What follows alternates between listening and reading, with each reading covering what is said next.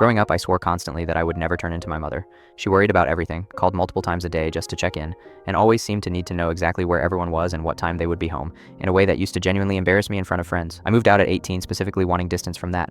I told myself I was going to be relaxed, easygoing, the kind of person who did not need constant reassurance from the people I loved. For years, honestly, I mostly was. Then I had my own daughter 3 years ago, and somewhere in the middle of all of it, without ever really noticing the exact moment it happened, I became her. Last week, my daughter went to a friend's house for a sleepover, her very first one, and I found myself checking my phone every 20 minutes the entire night just to make sure it had not died in case the other parents needed to reach me for absolutely any reason. I texted the mom twice, just casually checking in, telling myself both times it was completely normal and not at all excessive.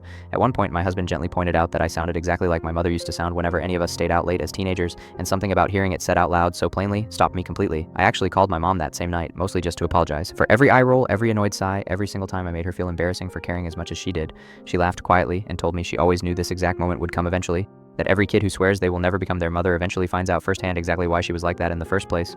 I do not think I'm going to stop checking my phone every 20 minutes during sleepovers anytime soon. I've just stopped being embarrassed about it. I finally understand what she was actually so afraid of losing the entire time.